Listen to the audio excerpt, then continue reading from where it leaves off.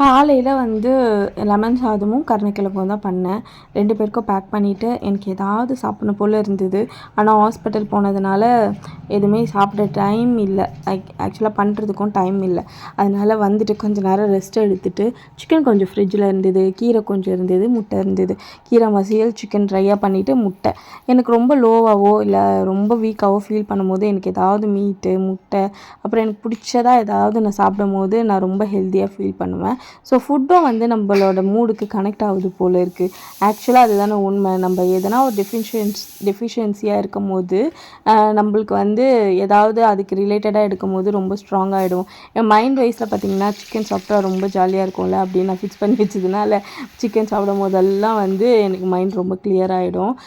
பட்டுக்குட்டி பட்டாணிக்கும் அவனுக்கும் வந்து ஈரல் மஞ்சள் போட்டு வேக வச்சுட்டு அப்புறம் கொஞ்சம் சாதம் போட்டு அவனுக்கும் பிணைஞ்சி வச்சாச்சு. இல்லைனா அவன் சாப்பிடவே விட மாட்டான்.